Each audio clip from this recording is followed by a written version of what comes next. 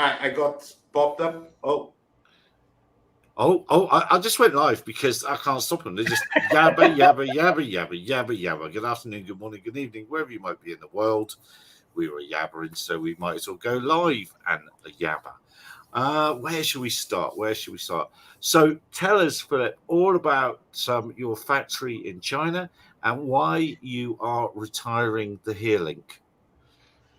Okay, well, yes. So according to MMC, because apparently they know what we're doing before we do, they have posted out emails to many of our distributors and customers that apparently we're retiring Herelink, which obviously came as quite a shock to us and everyone who works for us. So yeah, that was a bit of a shock, especially with all our plans for Herelink for next year.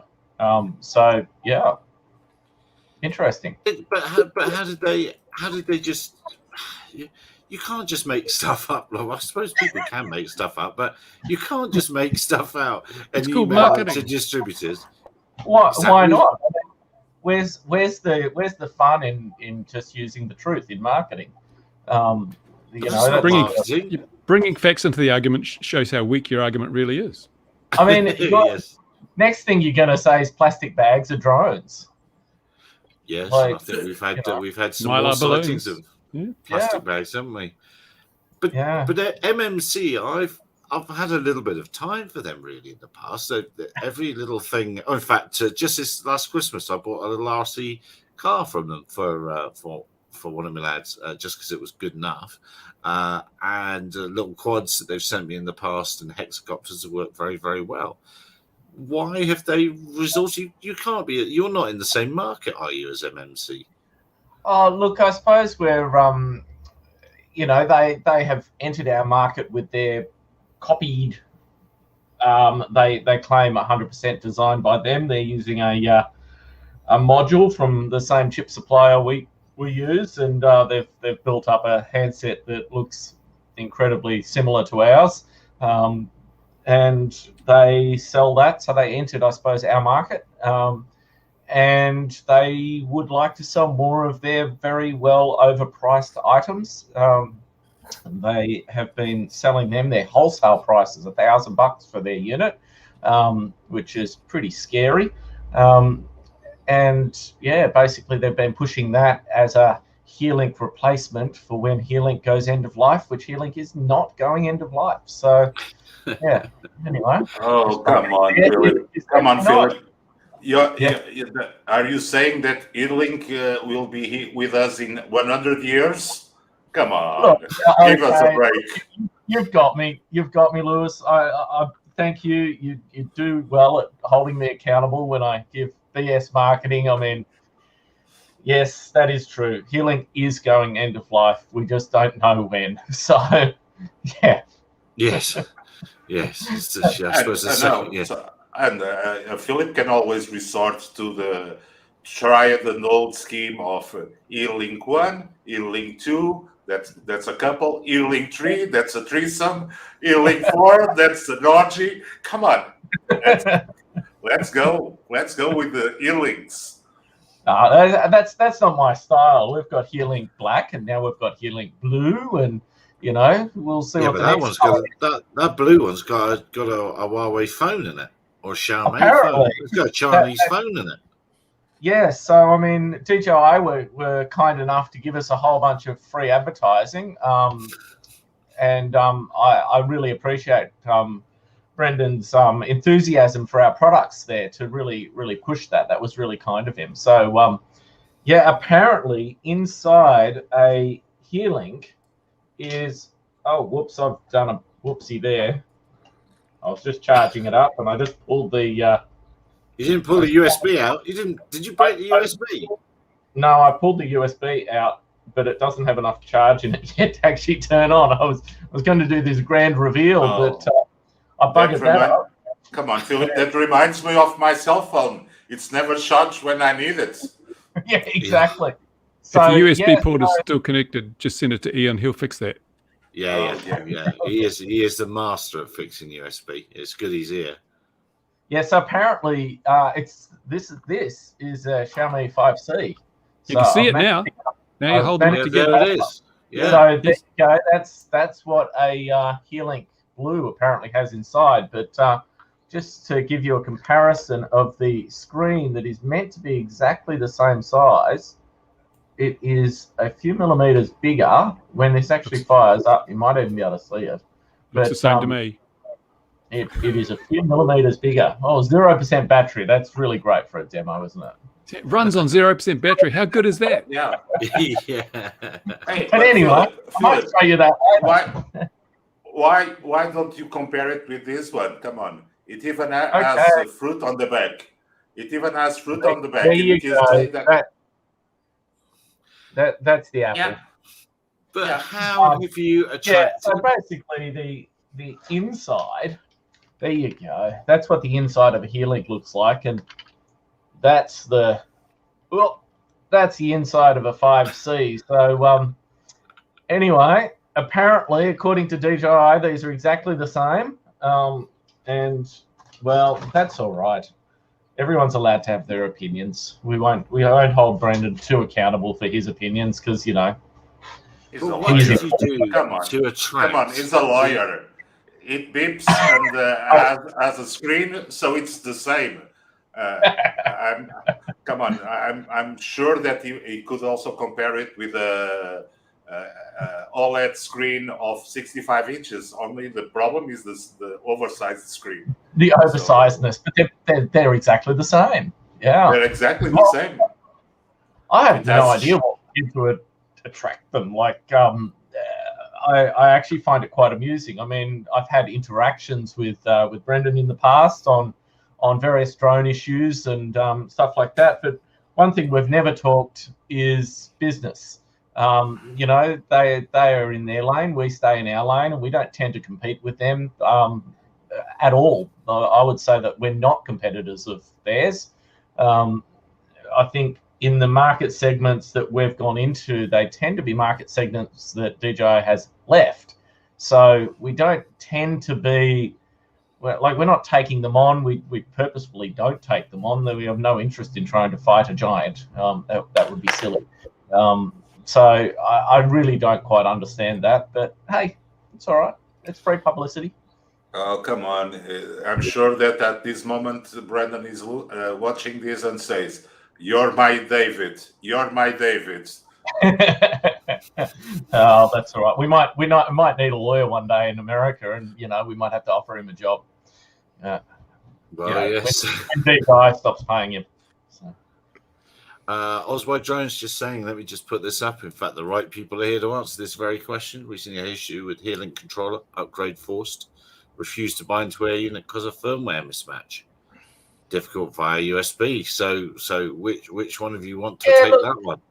Look, I'll take that. This upgrade is a big upgrade, and it is a bit of a pain of an upgrade. You definitely have to update the E unit by USB, and you have to update both of them by USB. Once this update has been done, it's all over-the-air updates for the E unit from now on. So this one is a pain in the neck. There's no doubt about that, and happy to help him out by on our forums, and we'll get him to the bottom of it. There's plenty of good videos. Ian over at Mad RC has done a great job. Who's that way over there, past Wingding. Yeah. Right. Yeah. Just skip that off his shiny head, and you'll get that finger. That arm was a bit slippery, having been through Bruce's head. Well, the thing that's missing, Philip, I don't know if I already told you that. I think you should start implementing TeamViewer on the Herelink so that you can do remote to the controller and fly remotely and do all the upgrades remotely. Just put TeamViewer. You could do that. That would be fun, I suppose. Yeah. That's something that I'm suggesting because perhaps I've already done it, but that's another story. Osbo, certainly help the Indian call the... center clear up my computer. Look, what I don't understand with that, Lewis, that would imply that someone's flying it beyond visual line of sight, and no that. No. That doesn't. No. The operator is the guy that's holding the controller. It should work on fine. It should work on Mac because I do it on my MacBook Pro as well, which is stock. There's nothing specifically magical about my MacBook Pro other than it still works, unlike the other one I have here. Pop over to the Q-Pilot forum. One of us. It's always driver related, or it's always Google Android tools related. That's where the problems always arise. Yeah, look, I'm not going to deny it's a pain, and as soon as this update is over, like our emphasis there is over-the-air update from then on, and we do understand it's a pain, and that's one of the reasons this update's taken a long time is getting the over-the-air update stuff working, getting that right. There's some critical updates on this when it comes to RC failsafe, so it's why we're not allowing people to downgrade again once they've done it. But yeah, from now on, fingers crossed, smooth sailing. It's software that's never smooth sailing, but it's as smooth as we can make it. So yeah. Anyway, very good. So, what did you do to attract the ire of two Chinese companies? You missed CUAV. They had a good go at us the other day too. 3 hat trick. Oh, that's cool. I got a hat trick. Yeah. What did they do? I did miss that. I got called a what was it? Bully? Wasn't it a bully? I did. The very first one, I got called a bully later down, but the very first one was it an imbecile or something? I mean, I can't deny that's true. That sounds quite fair, really, doesn't it? I mean, I'm surprised it was only that. I mean, they only need 5 minutes to get to that decision. Come on, Philip. It is interesting. Yeah, that was an interesting one as well, and they had a dig at Herelink as well. Like, I just there was definitely a common theme of the digs at Herelink. From day one, we've been really blunt that Herelink is a collaboration between us and Pinecone, and I've got one of the. Have you got one with a back on it there, Philip? I was going to ask. With a what? With a back on it, yeah. Let's see. Oh no, this is the one with the. It says it on mine. The UFCC. Have you got the one with the correct label on it? Yeah. Because I've got a prototype one here. There you go. There you go. Collaborative work. I can't even read it. Collaborative work between yeah. Anyway, basically, it says on the back, made in China, and it says, a collaborative work between Profi CNC, Hex, and Pinecone. We've never hidden that there's a Pinecone S1 inside. We had Pinecone come and talk at our conference and give a talk about all of their wonderful stuff and what they can offer our competitors. And that's why our competitors even know that Pinecone even exists and have managed to go there and build some gear based on their stuff. So, we don't hide that. We don't pretend that it's not got an S1 inside it. It does. As does the Xiaomi 5C. So, yeah, hence the link. And by that logic, to see all of this. Yeah. Sorry, what was that? I was just going to say, it is interesting to see all of this, because obviously on my side of it, I've, I know, Philip, we talk a bit in the background because I've helped out here and there with Herelink on certain things. And, I know a lot of dealers. And the interesting thing is we can sit here and say, Herelink is good at this or that. Having spent some time with all of them, they all have their quirks and their ups and their downs, but the reality is the only one that's had consistent development is Herelink. The only one that has had updates is Herelink. There are lots of systems on the market, but whether it will even work or not is another question. The CUAV one's interesting because, I've dealt with CUAV in the past myself. I've never had a problem with them. However, as I openly said in the review of the V5, it is a clone of the Cube for zero good reason, because there's no ecosystem around it. I have about 12 carrier boards in here, and I can pick any of the cubes and put them on any of those carrier boards, and it will work. And that is why the Cube exists in that form factor that it's in, is that it is modular, yet other manufacturers have copied the modular element without getting why.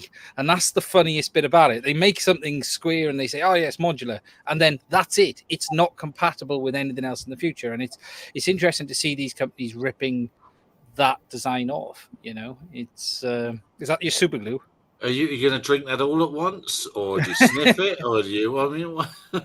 I'm just it's random. Hold stuff up to camera. This is, antibacterial wound spray for our cattle. Ivermectin all around. Anyway, no, moving on. That's I've got some around there if anyone needs some. I've even got the squirty common needle to just ram and inject everyone in a line with it. Anyway, I shouldn't have taken us there. I shouldn't have taken us there so early. It is early on. But do you think that's a really cool car key, Lewis? I like that. But don't you think that's really what perhaps is troubling DJI, CUAV, and MMC is that not only it's not it's the entire package ecosystem that Herelink is part of, which is the Archipilot software. It's in boats, it's in planes, it's in trains, it's in automobiles, and it's seamless stuff. And do you think they're starting to notice that, and that's what they're worrying about? Oh, look, I would hesitate to guess what their actual logic is. The DJI one you could probably put down to someone heard a rumor and it was super exciting at the time and tweeted while they were at a show, and maybe regretted their tweet shortly afterwards, but stubborn and stuck to their guns, which I'd relate to because, you know, I'm stubborn and tend to stick to my guns. So, you know, I'd probably put that one down to a personal decision of a particular employee as opposed to a company-wide thing. The other two is just ongoing behavior. There's nothing new there. You know, I mean, MMC have had various Pixhawk ones and things like that have been around that they've made grand claims about how much better than the original Pixhawk one they were, and blah blah blah blah blah. So, you know, that's normal. We're sort of used to that. So I suppose the trick is not to let it stress us too much because it is free advertising.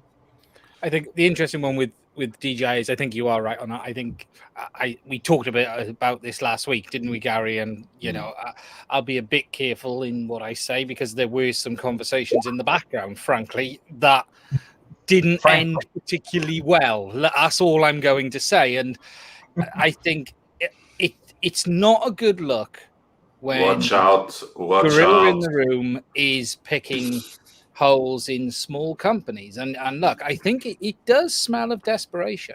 You're getting into dangerous territory. You're getting into naughty boys list, and no more Toy Story. Don't you worry. I don't get no media invites from that area these days. Trust me, that's well off the list. They'll kick you off the affiliate scheme. Oh, that's right. They don't have one.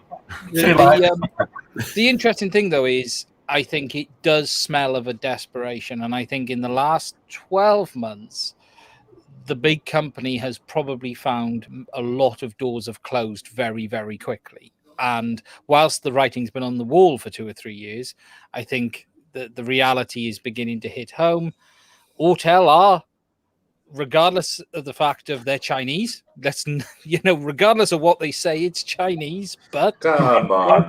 Run by Frank. Come on. Everyone's run by Frank, apparently. It's Autel run by Frank. I thought it was the lad that run it. Are we really considering Autel as a competitor with DJI? Or right now, yes, because if you look at the new drone they've just delivered, they have just delivered the new Evo 2 Enterprise, which is landing in people's hands now, and it is being taken very seriously in the US, and they're ticking boxes. I'm sorry, it still misses the part that made me disqualify it from my comparison test. It doesn't have proper developer. Yeah, but that's for you, Louis. But that's not for SAR. What they're pushing it at is SAR, and that's where they're getting a lot of interest. And you've got to remember that it is running Mavlink, and therefore it is compatible with all the US tools. So it doesn't matter if it's that doesn't matter because the person doing the evaluation can't tell what you know. I want to get in is it's quite interesting what the definition of a blue SUS system is. In my head, it's a complete system, including the flying bit. But people are desperate to push that there, this bit, that bit, the left leg of this multi-rotor, the right-hand propeller, the stickers on the back, they're all DIU approved. And it's like, yeah, but that doesn't to my mind, that doesn't make it a blue SUAS system. No, it's an interesting topic, this whole blue SUAS thing, because to start with, it was all about made in USA. And this is where the topic gets sticky, because I actually went out and I've got a John Deere ride-on lawnmower that says on the top "Made in USA," and then it puts underneath that it's made in USA from local and imported components, which by definition under the new laws. Now let's be clear: these new laws that Brendan was talking about came out 2 weeks ago, the new definition. So it's a little bit ridiculous to pick any company on that, because it takes time to actually bring your documentation up to date. If you look at any of our web sites now, you'd struggle to find a made in anywhere, because we've pretty much removed that. By their definition, the Herelink is not made in China, because there are components in the Herelink that are not Chinese. So therefore, by the American definition, Herelink is not made in China. So the question is, where's it made? Well, it's not made anywhere. Well, you should know. Made. Goodness me. They just arrive? The stork brings them? How does that work? And good evening, Bobby from Autel. There's Bobby from Autel is in the comments. Yes. Bobby is a very good bloke. I like Bobby. So not everyone at Autel is hard. Any feathers that are problematic. Bobby's actually a very good bloke. But that's what they've done that DJI hasn't in some ways. It's what's that a superhero thing, Team Assemble or whatever. They've started assembling quite a team of sort of industry insiders in the US, people that old timers know and trust. And perhaps that's what DJI needs to. Well, some of them are ex-DJI, I suppose. Most of them are ex. So, they went and got three or four big people, and we're not just talking. Look, they got John. Where did we have a drone company in the US take someone big from DJI and head towards the consumer market? What was that company back in 2015? Oh no! Nothing existed in 2014, 2015. There's only started existing in the last year or so, and that's Anyway, I won't go. But they've taken some interesting people. If you look, they went and got John. John was a good get, whatever you do, because John was very, John McBride is very well known in the industry from a training point of view. They've got Ken. For those who don't know who Ken is, Ken Booth is someone I've known for a very long time. He is background DJI. For those who don't know, he basically helped run all of the social media, but not that from a technical standpoint, and was the go-between between many of the beta testers and DJI engineers. And he was fundamental over the years in getting stuff fixed. And these are people who are known, but they don't realize, a lot of people don't realize how much influence they can have if they're allowed to do what they're able to do. And Autel have been very clever picking some of these guys up. They really have. Look, DJI could have won the war. They could have just opened a factory and made it in the US with a different set of software, and this would never have happened. But they chose not to do it because, unfortunately, it would have been very difficult for them to do that. For the products we make in the US, we have to be careful about exactly which word we use to describe the manufacturing process, because there's laws around that. But if you can't say now made in the US unless it's 100% or 99.9% made in the US, then to be honest, you may as well make it in China. This, as far as I'm concerned, from the FTC, is an absolute own goal. I mean, there are companies that have put a lot of effort into moving as much manufacturing as possible to the US, and now they're being told, no, that's not enough. There's no such thing as a USA-made Ford. There's no such thing as a USA-made GM anything under these new definitions. There's no US-made car industry. It doesn't exist anymore at all. The Tesla's not made in USA under this definition.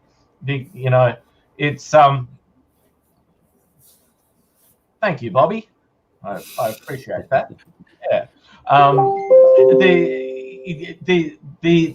The industry as a whole in the US, if they really want to bring more work back to the US, they have to realize that you can't say made in USA is only 100% made in USA. You actually have to accept that there are going to be some foreign components coming in, because not everything in the world is made in the USA. And what they've actually done is they've damaged the Made in USA brand by destroying it for many, many companies. That, I mean, you can't tell me John Deere is going to be pretty pissed off that they can't say Made in USA for their tractors and ride-ons and stuff like that, which are welded with American steel, Aussie ore, but American steel. So is there an American steel company? I mean, if there's Australian iron ore in it, that's not American steel anymore, according to these new definitions. Like, it's just madness. Well, to me, it feels like ITAR 2 in some ways. It reminds me of what happened at 3DR with the Department of Commerce coming in and telling us that we couldn't sell drone autopilots outside of the US, so we could no longer sell Pixel 1s outside of the US, which meant that all of these companies that are now actually causing us a bit of grief, they started to exist purely because people couldn't get Pixhawks, genuine Pixhawks, out of the US, and they wanted them, so they started buying clones from Hobby King and Banggood and RC Timer. I mean, you had to buy it from there because you couldn't buy the real thing, because the Department of Commerce said, oh no, it's terrible. You can't export this open source piece of hardware that the instructions are already on the internet for, because you might damage the national interest of America. What did they do? They basically killed the biggest manufacturer of autopilots in the world. So well done, American bureaucracy. You've, Yeah. Oh, Brandon's here. Goodness me, there's rounds. Yeah, exactly. Here. Brandon's the right. gang's all here. A lot of parts via Mexico, exactly. And there's a lot of companies, like you used to be able to get stuff down TJ was a good example. There was sort of this neutral zone where you could make stuff there and continue to manufacture it in America, and that's still made in USA because TJ is practically USA. And RC Timer. Oh, RC Timer. Where's one? Well, I'm sure I got. Hang on. Oh, we got to keep talking amongst yourselves. Do you remember the RC Timer boards that used to have an extra piece of PCB glued on the back because they actually had copied the DIY drones logo and everything on the back? Yeah, and they had to cover it over, didn't they? That's one there, isn't it? That's the clone radio. Board. and see how it's got that extra piece of PCB glued on the back. Oh yeah, that's true. You're exactly right. Yes, you're exactly right. Yeah, it has. Yeah. So if you peel that off, there's a 3DR logo or a Hang on, let's do it live. Let's do the unboxing. Hopefully, I'm not wrong here on that one. This is why we all pay our license fees. Here we go. Is it there? Oh look, it says 3DR air module. Yep. There we are. I cannot wear this now as a badge. There we are. Yeah. Oh no, I can't wear that. But that's an original design, clean sheet design by them. Yeah. Yeah. So this isn't some sort of special ground plane element or something. Yeah, well, absolutely. Sure? Yeah, that's their special edition. That's the piece they originally designed. They add it to those boards and it makes it a better product. Yeah, that's the whole bit. Bruce? You've been very quiet, which is unusual for you. What's your thought on all these Chinese Well, you boys, shenanigans? you're talking about grown-up drones, and I don't do grown-up drones. Ones that have got like C2 links and Herelink controllers. You know, this is me, mate. This toy stuff, that's me. But you've got a business. Well, you pretend to have a business head on you. I mean, the things you've sold me, apparently these are going to be worth a fortune shortly. That's what you told me. Yeah. Just so. What's your take on all this? Though you must have a thought on it. What? Well, on the 3 Chinese companies having a pop at him in a week. Well, yeah, because tall poppy, we call it in New Zealand. If someone's doing really well, you got to knock them down. You can't have them doing really well. And it's like offense is the best form of defense. And if you're struggling, what better things to do than to start going out and sort of throwing stones at your competitors, the ones that are doing better than you, and attempt to bring them down. At the very least, it just gives you a bit of publicity. There is an interesting point Bruce has made on this, and there's been a lot of talk in the last couple of weeks around whether we're going to see a lot of contracting of this industry. Now, Philip sits in a very different edge of it because, yes, there's clones, there's the Chinese clones and all of that. And there's a point where with the increase in semiconductor pricing and everything else as well, you're beginning to see some desperation from companies. And it's beginning to look like it's going to hit FPV first because, look, you can buy flight controllers in FPV for like $25. In fact, you'd be better buying the flight controllers, lifting the F4 SoC, and selling it separately. Yeah, because you'll make money on it right now. My Naze 32 boards are worth a fortune now. They're gold, those things. It is. It's all gone up. Now there is. I do wonder if we're beginning to see a bit of desperation, especially from the Chinese end, because it's all about volume and it's all about low cost. And if the market isn't bearing that anymore, then who is going to pay $150 for a Chinese clone flight controller when you can get a legitimate for $20-$30 more? And that's the problem they're going to face. Well, actually, yes. I mean, have you guys seen the price of the CUAV stuff? Oh yeah, the big ones are well up there. Yeah, way more than a cube. I don't understand what they're thinking. Like, it's crazy. But that might be the idea that just people that buy by price. It's high end quality. Yeah. That's an RC Timer one without anything covering their branding on the back. Maybe that was an earlier one. Yeah. And I think that's an original RG Pilot one, but I can't remember. Why would that wiring have been bodged on there? It's all so long ago. Is it an APM? That was that was to protect it from the if you unplugged the USB when you had your RC running, it used to fry, and there was a bodge update that I released a YouTube clip on how to fix your 2 point whatevers to fix that minor little hiccup. Or you could just not unplug your RC while you were powered on, and it's all good. Yeah. I've got one of those new in box if you want it. Yeah. Well, funny enough, I've got a fantastic use case for some of this old gear here. Well, it sounds like you're just going to be able to take all the chips out of it all and just sell it to make your fortune. Crypto mining just became redundant. All we've got to do now use these for crypto mining. Is that what I got to do? No. All the components in that are now worth more than doing crypto mining. So just get all your old kit, start taking all your chips out and sell them. Yeah. All these people working in e-waste are now ferreting through thousands of boards looking for STM32s that they can sell on the black market for a fortune. This one had loads of adventures. This one ended up on top of a mountain for a few days. Anyway. Any quad flat pack you can sand down and relabel. And the sad fact is, it's reality right now. You'd be selling them in a pallet load to Mercedes-Benz so they can make cars. Just to give you guys some numbers on it, in our Tier 3 GPS, we have a 17 times increase in price in the processor that's in the Tier 3.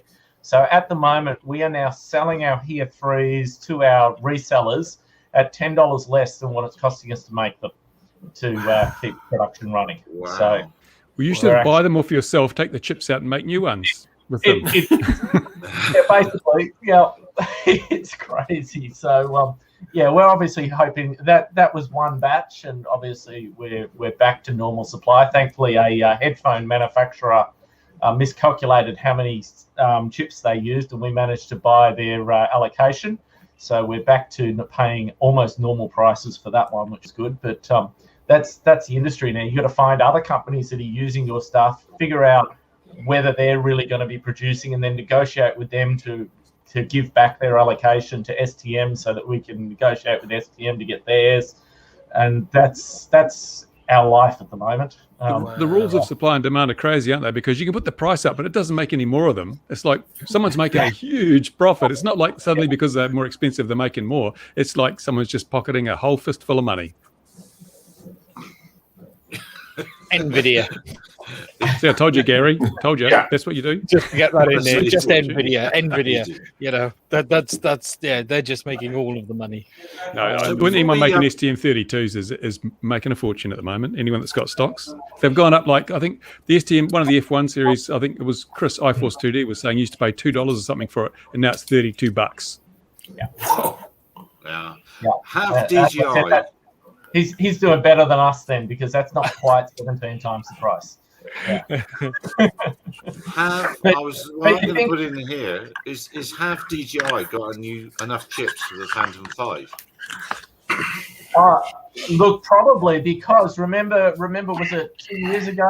Their purchasing department added an extra 0 to all of their orders. So maybe they need to hire those guys back, because those guys were just predicting what was coming. They were actually helping out. I believe you're overestimating their need for the chips for the Phantom 5. I think it will be a new case for the old Phantom 4s and call it the Phantom 5. You mean Bob's your uncle. Refurbished Phantom 4s, so therefore they don't need new chips. Is that what you're saying? Or not only refurbished, crashed, under warranty, and all those that are stuck in their service department. Don't get me started. It's going to be a tricopter. They can ship 25% more for the same number of motors. For the same number of motors, yeah. I was going to say just add that whole spinning thing with 3 motors, and it's a massive saving. 25% off. If you look at one motor and belts, it's all it's needed. You can look at certain things. I don't expect them to be dramatically affected. Like the big changes in all of the aircraft whenever they move forward is the SoC used for the camera. They typically used Umbrella. They moved away from them into their own SoC, and they went back to Umbrella after their own one was frankly shite. Everything else is what they're making today. So, the flight controller hasn't changed probably in 3 or 4 years now. From a processing point of view, they do everything off board anyway with their object avoidance. That's all done in separate computers. So product wise, I wouldn't expect them to be.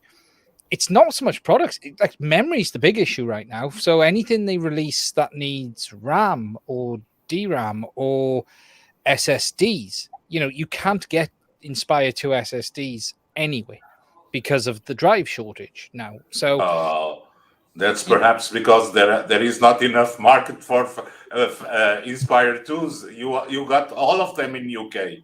Well, it's made by Samsung and relabeled firmware, so they don't even have to bloody manufacture it. All they actually do is flash their custom firmware and charge 10 times the cost you'd get it off the shelf for. But that's another argument. Rolling red. It costs money to create firmware. It costs money. You got to amortize that cost across all the units. Those software engineers. 10 times the cost for custom firmware on a Samsung disk. But Red set that standard, so we can't really blame GGI for that one alone. Red started that with their mags. And look, I will agree with them on software. Software is our biggest cost. The engineering we put in, software is definitely our biggest cost. And when you consider that most of the software that is our biggest cost is what we contribute to Argipilot, it's free for everyone else. So win-win-win. Just encourage them to do open source, and then you won't complain about it anymore. And of course, the COVID has wreaked havoc with most people's software development resources there in India. Yeah, Corona has been a big problem. Yeah. Spot the board. We're talking Clone Wars. Remember this one? Pixhack? Was Open that the pilot. OIR all-in-one or whatever? It was the one from Hobby King. I can't actually remember what they called it. Yeah, but which one? Was that the one that they buggered up the supply? I think I bought a few of them. Yeah. They were like That's the one. $10 each. So They had to get rid of them. They were like $10 each because they had to get rid of them because they were all flawed, but they didn't tell anyone. They just put it on sale and then told everyone. Micro right. APM 2.72. 2.72 because, as we all know, keep adding numbers to things and it makes it better. That's all you got to do. Is just change the number. That's what I was saying to Philip. Get the Neuralink 2, 3, 4, whatever. This is why we prefer colors. However, we have stuck with numbers with our here series. So, yeah. Yes. Yeah, it's and you just make a variant based on the Greek alphabet, like an alpha delta variant or something like that. That would be very popular at the minute. Very popular. Yeah, apparently it goes viral. Hey! Ding, ding, ding, ding, ding. Very good. But let's also I haven't quite finished. I remember I haven't quite finished that their topic. I also heard from somebody else today when I said we were going to have this chat that they were pretty convinced that oil gear is made through a company with some sort of version of a hex name out of Hong Kong, which of course is in China now. So put that one to bed for us, please. Okay, so there's a couple of rumors going around. One was being spread through DIU, which is the Defense Innovation Unit over in the USA, that Hex was Hextronics, which is Hobby King. We are not Hobby King. We are not associated with Hobby King in any way, shape, or form. We're not associated with Hextronics in any way, shape, or form. We do have an office in Hong Kong. That's where all our RMAs go and stuff like that. So we definitely do have an office in Hong Kong. We're not pretending we don't. We have an office in Xiaomi, which is in China. That's where we do our marketing, and some of our sales guys are there, and they do an awesome job. All those lovely posters, the poster that's behind Ian there, that is done in our Xiaomi office, and they do a great job. So really proud of that group. And we have our head office, which is in Singapore for Hex Aero. And we have obviously Cube Pilot, which is based here in Geelong in Australia. So expect to hear less of the name Hex in the future as we sort of move everything over towards Cube Pilot. That's sort of where we're at. So as far as our software, our hardware, all of our design work, that's all done through Cube Pilot in Australia. And we're Aussie as there. And then we've got, obviously our different branches do different things. Our manufacturing is all in Taiwan or California. Our actual factory that we use is a US-owned factory, and we subcontract them. We don't actually own our own factory. Big break there. Oh, look, I don't think we ever will. There's too much overhead, and machines break, and they have to pay for them, and they have to manage the staff. Well, I don't need that crap. We want to concentrate on the engineering. You can also start doing cell phones. Come on, that will be a 2-in-1. we can do that anyway if we want to, because we have the technology to put a cell phone together. So that's not that big a deal. But I don't think that's the interest that we have. We like drones, and we like drone stuff. Wouldn't it be easier just to put a cell phone in the case? Has someone suggested that? I thought has anyone got that photo? There was a lovely photo put up by Kevin Finister of the inside of a Herelink case with a mobile phone. I'm not sure what brand it was, taped in there, where he had a nice overlay done. He'd done a very nice job of that. Yes. Well, of course, that's what Brendan Rather did. He opened himself up for other questions from Kevin, and that's never a good thing to do that by doing that. And there's still some questions about bits of software that DJI have got on the gear. Yeah, there's some important questions there. I mean, the whole reason that we're having all of these discussions about made in USA, NDAA compliance, which all of our products are NDAA compliant, by the way, including our made in USA Herelink is actually NDAA compliant. To be NDAA compliant, you don't actually have to make in USA. There is, however, another little thing called an executive order that President Trump left as a little grenade just as he left office, which has more strict requirements. And Herelink Blue complies with that, the Herelink Black does not. So, there are definitely limitations if you're going to make in China of what you can do. But the reason this all came about was actually because of the work that Kevin did in finding various bits and pieces in another company's stuff. And you can debate whether there's fact in that or not. You can look at his research. Everything's published. Everything's online. Everything's available to look at. People can look that up and make their own choices as to what they want to believe.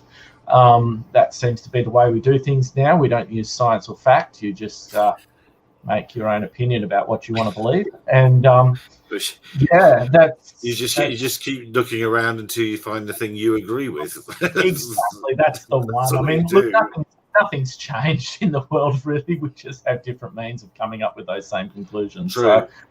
So like it is a big can of worms that got opened back then, and that was a real problem. Whether or not who caused that problem, that's up for debate, but that's the situation that has caused what we have now. That's why we have the Blue SUAS program, because they want to find alternatives, just so that there's somewhere to go, just in case that's true. So, yeah. And there was an element also to realizing the cost was getting a little bit out of hand from the legacy Sandy Wall vendors over there. That's correct. And they weren't getting bang for buck. I can certainly speak to that from my experiences I had with meetings in the fairly fancy meetings in the UK with military folks there that I got invited to, and they were saying this stuff costs too much and it doesn't do what the stuff I can do off the shelf can do. And they knew they were being shafted. They were buying the military $35,000 toilet seat or whatever it was. They know full well. So I rather thought the Blue experience was to help push back on the costs a little bit. But as I say, I'll have a look. Bobby mentioned that it's all clearly defined as what the actual definition is, which I'm sure it is. But as I say, to my mind, it's the entire system, not just a part of it. You'll notice that the accusation that was made by DJI did not say it wasn't DIU okay. It wasn't Blue okay. They didn't say it wasn't NDAA okay.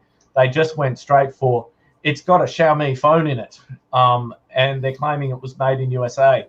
Now, if you look at our website, you won't find any made in USA anywhere. There were some samples that those guys made that obviously samples of what end up at shows that have some printing on the back that was more talking about the case than the whole system. But anyway, even if you check their website, they don't claim made in USA either. So, all good. But even if it was Xiaomi, I think Xiaomi's not listed, prohibited. And it's one of the largest, if not the largest, manufacturer of cell phones these days. So it would be also a compliment. That would mean that everyone would have a Herelink on the pocket. So it's just a matter of buying the sticks. So there you go. Exactly. And the other little thing that's worth noting is the actual chip, the Pinecone S1, is actually made in Taiwan. So it's not, the processor is not actually even made in China. I think the People's Republic of China would disagree with that. That's just the point of view, that, isn't it? It's very tricky. Very tricky. Oh, Philip, I think you'll get some strange questions next time you go to Shenzhen. I would be suggesting that my days of travel are probably well and truly over. So yes. So I'm not too worried. Well, we're all winning friends and influencing people around here. So I did quite a bit of that today. I don't think I'm never invited back to speak again at drone events. I don't know why. I like that last comment. Carefully, Chris. Well, yeah, carefully, Chris. Because still the hype out there by well-meaning people. Nobody wasn't well-meaning, but there's nothing I didn't hear 10 years ago that still doesn't work. It does. That's why I mentioned earlier. It feels like this stuff's only been around a year. It always feels like all of this has only been around a year because there's always a group of people just inventing it. Always. I saw on LinkedIn the other day. I think you commented on it. Someone talking about the first drone with 5G. Yeah. I mean, really? Yeah, seriously? I know. Yeah. I know, and there's a raft of that, a raft of stories this week about 5G stuff. Suddenly, it's the thing. But there we are. I've got a product to announce. Oh, all right. Oh, it's 5G ready. 5G ready. 5G ready. Yeah. That means it doesn't work on 5G, but one day it might. Yeah. Oh, okay. Oh, very good. Yes. That is the marketing. Speaking of this, everything is reinvented again. I see India has just announced that their revised drone rules will make India a hub for drone development, or the world's hub for drone development. How many governments have said that? You know what? That's exactly what I was at today. I will probably agree with them on this one because they have pretty much legalized anything if you call it research and development. They've gone from the strictest regulated country for drones in the world to, should be right. Good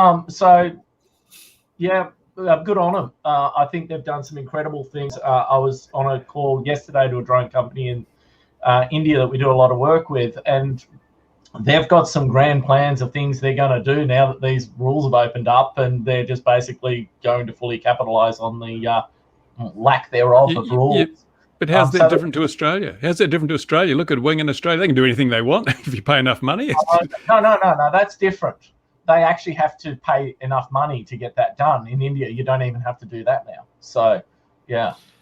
Well, that does bring us nicely on to Wing and your video about Wing this week, Bruce. It's nothing we haven't been ranting and talking about, I suppose, for weeks and weeks and months and years and years. But in what way? What do I want to say? I want to say, in what way will we be seen unsurprised when everyone goes in 6 months' time? It'll be around in the year thing. Oh, look what Wing did, because that's going to happen. Yeah, I think it's the first time Wing's actually been quite so blatant about describing their end game. They've been, because even with the NPRM in America, they've sort of fought against network remote ID. But now they're basically embracing it, saying it's essential. We've got to have it, and we're there to, take the thing. So it's like, but hopefully that people have seen now with the submission that that is definitely their end game. In fact, someone who worked for Wing came out and said, they've acknowledged internally that this is the game, the UTM. So it sort of speaks to the honesty of the whole organisation. And as we've said, drone delivery is not going to be a thing from business to customer in the way it's being touted by certain Irish companies and Wing and so forth. So why are we sort of entertaining this whole thing at all? It beggars belief. It was obvious that that's what they were going to do, for what they wanted to do from day one. And it's interesting that they've got in with the Future Flight program in the UK, and the UK's said, "Oh, hang on a minute, we're not sure about that remote ID thing." Almost mirroring what Wing has said. Just give us a minute, and they're letting them wheedle into that sphere, and I don't like it. I don't like it at all. I don't think there's this. So Wing is going to get a little bit of development money out of the UK as well on the back. What's even worse, though, a little bit here, a little bit there. Yeah, but the way the media's handled it, because everyone's just taken that press release they put out and reprinted it, regurgitated it verbatim, and in New Zealand they even added a thing saying people are happy to pay for drone delivery. Well, no one's paying for Wing's drone delivery; it's all bloody free. They're not even researching the basic facts, and that's how journalism works today. You just take a press release, give it to an intern to throw a byline on, stick it up, she'll be right. Don't worry about the grammar and spelling mistakes and the lack of factual checking. It's all good, and that's why we're at such a disadvantage, because the media itself is busy painting the picture that earns them the most money, not the real picture when it comes to drones. And we're all spying through old ladies' windows and trying to knock airliners out of the sky with mylar balloons. Now we're making drones out of mylar balloons. But it's like, how do we fight back? And I've got some plans. Don't you worry, I've got some plans. Unfortunately, how much longer are you in lockdown for over there? Or we've moved to level 3 today. Level 3, which is like level 4, but you get takeaways, and so hopefully we have to get into level 2 before we can actually do anything sensible, and that should be probably a couple of weeks away. So you've got plenty of time to cause trouble. Freedom before us. Oh. Yeah, of course you're in we go hard. So we go hard, man. We're not like the Aussies. We don't pat at it. We just go hard. But we're kind. We're very kind. No. You're thinking about the rest of Australia, not the dictatorship of Danistan in Victoria. We actually don't have Parliament even sitting anymore. So there is no Parliament. It doesn't work anymore. It's completely fallen to bits. Our Parliament works via Zoom, so that the Chinese are kept well informed. No, they're not even allowed to use Zoom. So like it's completely Our Victorian government is basically collapsed, to put it nicely. But anyway, that's right. We're all compliant, and Yeah, I think I voiced my opinions about politicians. I don't have to do it again. I think we all know. Yeah, but the ring thing, the UTM thing, the remote ID thing. Now, India was going to have quite a severe remote ID situation. We've sort of been at the center of that. I mean, it's Sid, so one your of our fault. guys. Well, no, we liked that system because it was a simple system. It was a free system. It was run open source, and it was just basically you dial up, you ask for permission for a thing, and permission is granted. There wasn't the decision matrix was, are you in a no-fly zone? If you are, well, no, unless you have the right certifications, then yes. But there wasn't a case of if it's convenient for Google. Like that wasn't in the decision matrix. So it's a very simple system. You did, and it just basically let other users know that you're using this airspace and to watch out for you. That's basically it. I mind something simple and open and free, but that's not what Google's after. Google don't want open and free. They want to control it. They want to monetize it. And they're not going to stop with unmanned aircraft. They're going to move on to full aircraft as well. Absolutely. It's the Trojan horse, isn't it? It's exactly. So there's people at Cranfield, getting my ranty head on. But that's exactly it. I was in a Bush Flyers Facebook forum the other day. Someone tagged me on the post of that Canadian aeroplane that hit the Canadian police drone. The only two proven drone versus aircraft crashes in Canada have been, police drones versus. No, come on, Philip. We determined what was the cause last week. They have a very congested airspace, very small country and very congested airspace. Yeah. I mean, Canada, tiny place. Population. What have they got? 17 billion people there in Canada. Anyway. No, last time I saw Canada was smaller than Vatican City, so they're a very small country. It's a lot of people to cram in. Yeah. Oh well. But so sorry, you were saying in a Bush Pilots forum. Basically, they all the comments after there were, screw drones are this, drones are that, blah blah blah. I mean, look, I understand it in a bush pilot community. They're all scared of heights. They fly at 3 feet above the ground, and they don't want to actually. I mean, they're flying things like a Slepchev Storch. I mean, the speed a Storch flies, you'll be able to catch the drone out of the air and confiscate it. I mean, you're not going to actually do any damage to your aircraft. Now, fair enough, Robinson 22s and 44s, I mean, those things are a bit fragile and their pilots are a little bit dubious at the best of times. I mean, what do they say? If you're a pilot in a Robinson 44, it's because you're not good enough to get a real job. But sorry. It's only a temporary thing. You're on the way up through your training. But hey, these Bush pilots and Robinson 44, 22 pilots, they should be more worried about other manned aircraft because that's what brings them down. That's where the mid-airs occurs, manned aircraft versus manned aircraft, not drones. They shouldn't give a damn about drones. They're harmless. Yeah. And anyway, I made a comment about the fact that we include ADS-B, and if they bothered to buy ADS-B, transponders on their aircraft, which are cheap, they could avoid any risk of collision of drones if they actually really wanted to take things seriously. But they don't want to take things seriously. They just want to get grumpy and carry on. So, how do I join this group? Yes. Sounds like the perfect group for me. I think you'd have fun there, actually. The man from Wing, when he was speaking at Cranfield, actually said, "No, it's the sky's going to be user paid. We'll get through paying for that." He openly said, "No, this needs to be paid for, and the user will pay, and it will go. Yeah. It will, as you said, skip up into other aviation." Well, you can see it. You can see it because they're not going to make enough money out of drones to justify the cost of the infrastructure. So they're going to have to go and say, "Oh, we can't maintain the system unless we can get revenue from other sources." And even look at Australia. What is it? What are they claiming? $24 or $28 million a year to run their drone, the drone side of CASA. And so that's why you got the $40 a year drone levy, but that's not going to cover costs for a few years. CASA themselves have greatly overestimated what drones are going to return. So Google will go in and say, "Oh, we can do this for free. We'll charge the users." And then they'll go back and say, "We can't afford to keep this running because there's not enough drones using the system. We need to start bringing manned aircraft into the thing." And it'll make everybody safer, of course. It's pretty transparent, isn't it? I think James's bottom comment there does carry true. At the moment in lockdown, I wish we could have drone deliveries here, because there are times I wouldn't mind a pizza, and we live too far away from the pizza joint for the bicycles to get to us. And then the process of the no touching and this, that, and the other, blah blah blah. We're in a lockdown. Drone deliveries make sense in a lockdown. How else are you going to get free drone parts? Exactly. And the other time it makes sense is after the football, when the roads are absolutely congested and you've run out of beer for your football party. A drone makes perfect sense for those sort of deliveries. I actually think the small drone delivery companies are going to succeed. I don't think DHL and Google and all of that are going to succeed.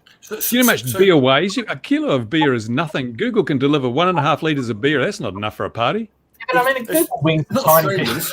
I've heard it is for a party at your house. So you party at your house, Bruce. I heard there's more than enough. I'm going to say, Australians, a drone delivery of beer, it's going to have to be a keg. Oh, absolutely. But have you seen free space drone solution? They're a big thing. Yeah. I mean, they carry 50 kilos. They're stringing power lines with their little toy ones. So, a keg of beer is no big deal. That's an interesting comment there from Oz by Drone. The challenge to CASA. Yeah, that is. But CASA was sly. They started with it's going to be $160. And it's going to be $160. Everyone was up in arm, and they're like, "Look, we'll compromise." I mean, we know the UK is £5 or something, and the US is $5.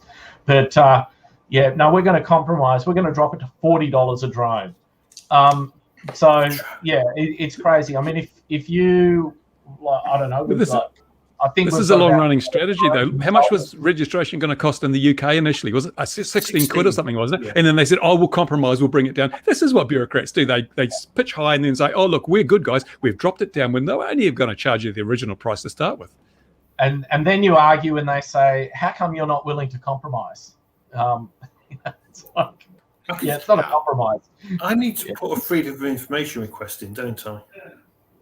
On which one? Welcome to. Yeah. Well, I think on the UK, just to see if they had already thought about the £9 before the 16, and to see if Wing has already discussed paying for airspace access. Yeah, Oz by Drone is his last comment there is very accurate as well. I can't remember the exact numbers, but I know the AAUS is putting in some more questions to CASA on that whole thing of how much the drone registration actually is, because they've worked out how much they're planning on bringing in with the $40 per registration versus how much this whole system's going to be costing them, and the actual numbers are like they're getting 10 times the amount through this registration of what they were estimating that they were going to need.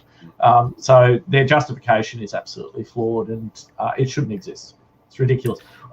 And from a commercial point of view, we have to pay for our REOC to actually commercially use a drone in Australia. And on that, we have to actually register each of our drones, and we pay I think it's $800 a year to renew that every year anyway. And we've got all our drones on that, all registered. and then we have to register our drones separately. So it is an absolute double fee for commercial users anyway. And for anyone who's got a drone under 250 grams, they've said, no, you don't have to pay a fee. That was very clever of them, because basically that means all the FPV people are no longer joining our fight. And so therefore they've managed a bit of a divide and conquer on that one, because... But wasn't it based on commercial as opposed to recreational use rather than the weight, just the weight of the drone? No, basically if it's at the moment, the commercial have to register. The rest have got a little bit of time, but that just gives them time to decide how much they're going to charge. I think you'll find the recreational flyers will come back in, because how many people have got bloody 2-3 kilo model aircraft and things that many of the model airplane hobbyists have got dozens of models. They're not going to sit around and take that, are they? They're exempt if they're under the MAAA and they're flying at appropriate clubs and blah blah blah. They're exempt. So they're doing well to try and only get the outliers, and therefore try and minimize who's going to complain. I can't believe people would complain. Just trying to wake him up. I don't know if I can wake him up with stabbing in the head with a pencil for you. He's listening to Taylor Swift on those headphones. That's the trouble. Imagine that. Almost. It was Justin Bieber, was it? Yeah. No. Oz Drones has just commented there. Yeah, the MAAA will only apply if you fly at an approved model field. So they will sting everyone eventually. Yeah. Well, that's good. That's good, because it leads the charge. People, it's the thin end of the wedge thing. By the time they sting them, they're going to say, "But this has already been in place for a couple of years. Why didn't you complain back then?" That's why we have to rally them to act now. Show them this thin end of the wedge strategy. It's working all over the world. If you don't take action now, by the time you're ready to take action, it's way too late. You've got to act quick. The people we need to start taking action are all the GA flyers as well. Because if they think that GA is going to be exempt from all these ridiculous rules and regulations and drone ID, they're going to wish they had ADSB, because they're going to get worse than ADSB. Oh, come on. They have big letters painted on the side of the planes, so that's their ADSB. True. Not all of them do. ADS, Show me an ultralight or a paraglider with that on. The thing is, if you've seen in the EU, they've got this thing now where they're going to be basically fitting not governors but speed advisors to all the vehicles, and that data will be logged, and it's in the UK as well. What a dystopian world we're moving towards. Talk about George Orwell. He's just 40 years out of date. It's like, I can't believe that people are just laying back and taking it. Where's Ian Hudson right now? Because I think he's filming. He's filming. We're moving into the argument of, is Tesla at fault, or are users responsible for their own stupidity? I would like to think that users need to be responsible for their own stupidity. If they've got an autopilot on board that says, pay attention, this is not a full system, that it's their job to pay attention. And when they drive into a police car or a fire engine, I'm sorry, I don't give a crap. It's their fault. They are in charge of the vehicle. So we should ban knife sharpeners, because sharp knives are dangerous. Exactly. The human race, I swear, the human race is getting more stupid, because, like Philip has just said, a Tesla self-driving car is not full self-driving. It says you must touch the wheel and you must pay attention. If you do not do this, there's a chance you're going to hit something, or the car might make a mistake. It warns you. This is possible to happen. So these people, they want that Darwin Award. The amount of people that just get Darwin Awards. They're calling it autopilot, and therefore, as an autopilot, it should do everything. Well, hang on. I've flown in planes back in the 80s that had autopilots in them, and the autopilot could hold the wings level. All the way to the scene of the crash. All the way to the crash, all the way to the mountain. It didn't automatically. What annoys me most of all is it's the double standards, because you can have this autopilot in your Tesla, and it's quite legal, and you can drive on the road with the autopilot in your Tesla, but they won't let us fly our drones in certain areas because it's way too dangerous. And look at the difference. Really a 2-ton vehicle moving it at 100 kilometers an hour has got a hell of a lot more kinetic energy. Guys, just today I got one of those blurbs with this message, and the message says that if you think you're smarter than the previous generation, 50 years ago, the owner's manual of a car showed you how to adjust the valves. Today, it warns you not to drink the contents of the battery. So that's our current generation. But here's the thing: so in America, we had a doctor in our local village that drank car battery acid. So yeah. So here's how the beers out, can you? Anyway. But here's how stupid it's now got. So there was a Tesla that caught fire, and obviously it was a nasty fire because when the car goes, they go. But because I think there's been 2 fires with Teslas, they're going to investigate them. Now, what's interesting is the car that caught fire, the Sentry proved it wasn't the car that caught fire. It was the building next to it that caught fire. And then the car went. And the stupidity is the American government are now going to look at this because of the risk. But yet every day, millions and millions of Americans drive around with a very flammable liquid in a fuel tank, that's under your car that is dangerous if you take a match to it. But this is the same argument.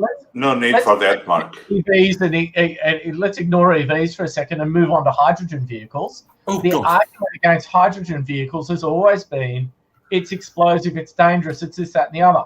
The reality is petrol, when it spills, you have a car crash, it leaks out everywhere and the gas hangs down low and it spreads looking for ignition sources. And then boom, a hydrogen car crashes, it rolls over, it vents from the top or vents from the bottom, depending on which side it's on. And it all just keeps going straight up. It doesn't sit there and go around looking for ignition points. You might end up with this big flare hooting up there, but hydrogen's safer than petrol.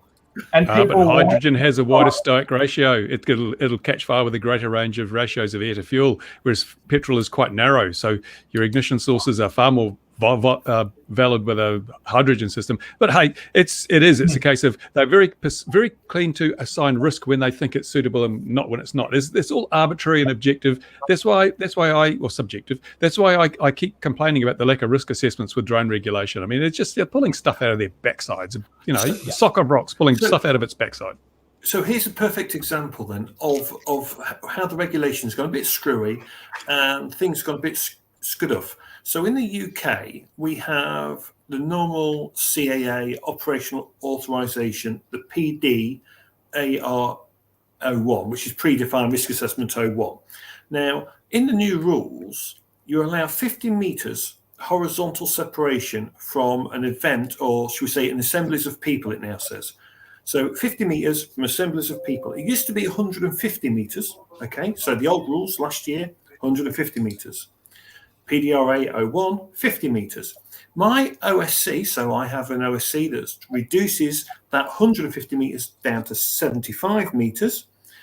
I just put the renewal in and the CAA went, you've changed this to 25 meters. And I went, well, yes, because the PDRA is 50 meters, which means my OSC is now 25 meters worse off.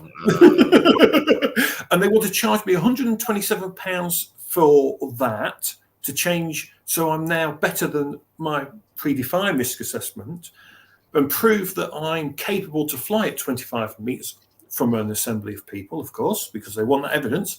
I said, use the same evidence.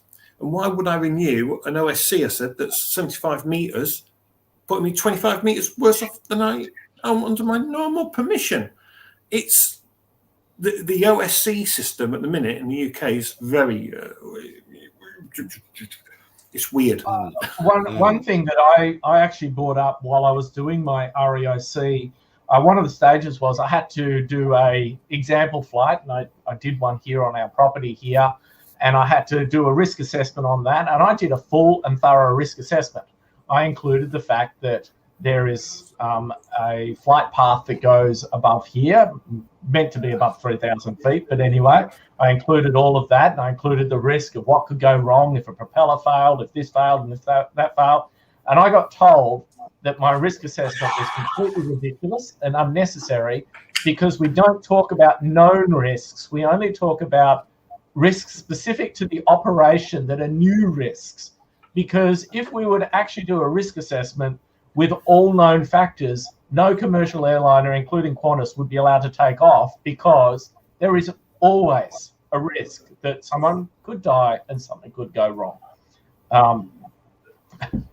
Put a HDMI on the next controller. I'm sorry to disappoint you. We won't be putting HDMI on the next controller, but you can just plug in a USB to HDMI on the bottom and it works beautifully.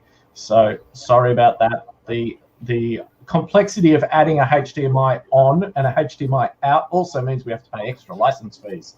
And the price will go up significantly for one extra connector that unfortunately not many people actually use. Is it really that significant? Is it? It is. It's for us to add HDMI is actually quite a painful thing. Yeah. So sorry for the LinkedIn people watching who had no idea what that question was. But anyway. No, they should. No, they won't see that. Well, that is the only trouble with this. Now, did Christopher mention the crocodile? Have we all seen that crocodile? I think it was that alligator actually snapping. It's an alligator. I'm not sure whether to laugh at that or cry at that because I mean I feel very bad for that poor alligator, but at the same time the irony of the whole exercise. I mean, they flew too close to the thing. Yep, stupid move. These are the people that are causing drone regulations. Just annoying. But then they got their just their dessert because, you know, he got bitten out of the sky. And at that point, the end of that one was like, this is freaking hilarious. And then part 2 came along, the thing caught fire. Yeah. And unfortunately, the poor thing had already swallowed, obviously, the significant portion of the bit that was on fire. So, you know, if it had bitten in and caught fire, it would have just added ha-ha if he'd spat it out. But unfortunately... I've always said they're a choking hazard. It's in the manual, isn't it? Do not choose small parts. Something like that. And don't drink the battery. I'm not sure that alligators can read manuals, so I think there is a little, you know, bit of responsibility on not feeding to alligators. Crocs and alligators are remarkably simple things with incredibly fast reactions, but basically no. Did I read somewhere that an aircraft had hit an alligator at some stage? Are they not a danger like birds? That was on that was on the bird strike or airfield danger. So we're just saving aviation. True, that's true. Yeah. One alligator or crocodile at a time. I wanted to swing back a little bit. We started sort of mentioning with the Teslas and autonomous driving, but again, getting into a bit of an argument someone with what autonomous really means. The Royal Aero Society is having a chat about it next week. And they're going to tell us what it means, I suppose. But and I said today, well, does that really mean that the thing checks the weather for itself, files a flight plan, and decides to take itself off for a spin and come back in time for team medals? Because basically there's always somebody in the loop. And I think it was in Australia again, where they defined autonomous as not being able to do anything once the thing's in flight. So no kill switch. No, that's easy. In Australia, they look, Fiona's just made a valid point. We should actually drag Fiona into this call one day. Should be a great addition to this call. Yes. Well, mind you, Gary's pretty gender fluid. To Fiona up in Canberra, and definitely would be a great addition. Send Fiona the link, or hang on, I'll go off to LinkedIn and find her. You can join us right now if you like, Fiona, or I mean, autonomous is just, it is interesting, isn't it? Because technically there's always someone in the link. Yeah, Philip. Sorry, Philip. I'm sure that we know a couple of people that, given enough time and resources, could do a fully autonomous system. But that's expensive. So nobody. So I think on the definition, it is important to clarify what regulators are really talking about. And for autonomous, what they're actually looking for is a drone that does unpredictable behavior that was unintended. So basically, smart return to home, for an example, that RG-Pilot does. You'll fly a particular path, and you might loop around a tree a few times, blah, blah, blah, and it works out the shortest path home through known safe areas, and we'll fly that. That's predictable behavior. It's programmed behavior. It's not autonomous behavior. It's automatic behavior, but not autonomous behavior. So it is important to get those definitions right. I don't have a beard either, Fiona. So I think the big question is, why would a woman want to come on here? Yeah, let's look at what he's dealing with. It's terrible. Yeah, misogynist, a lot of us. Oh, thanks. Hang on, I'm going to send you a link, Fiona. Here it comes. Here comes your link. You're very, very welcome to join us. Right, you keep talking amongst yourselves. I can't do it. I'll have to put my pants on now. This is terrible. Oh, no. Oh, these guys are on confinement. They're all the rage. No, it's really fully autonomous. If the authorities want to subsidize that, I'm sure there is money to be made on the fully autonomous system, and the system that takes decisions and takes it unpredictability into account. But do regulators want to have unpredictable behavior of a flying machine? No, they don't. But define unpredictable, because our ADS-B avoid is not autonomous. It takes an aircraft and it flies the predicted behavior away from the aircraft. So therefore, that's not autonomous. It's automatic avoid. It's not autonomous avoid.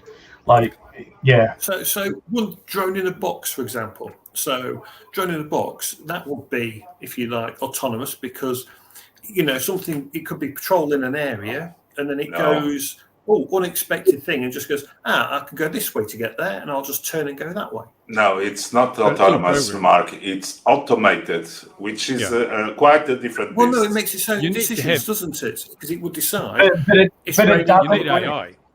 It doesn't. AI. It follows programmed behavior. Yeah. So the big question we must be asking ourselves is, why is Elon Musk not in the drone market? Why is it that he, of all the big multi-billionaires and companies and corporations, why is he steered clear of drone delivery and all these other drone-related things? What does he know that nobody else knows? Well, he's making a walking. He wants to go to space. I don't think a drone's relevant for him. He is very much. He's got two missions in his life. He's got two missions, hasn't he, in his life? He said. Go to Mars. One is to get to Mars, to get the human race to Mars. The other one is to make more sustainable, eco-friendly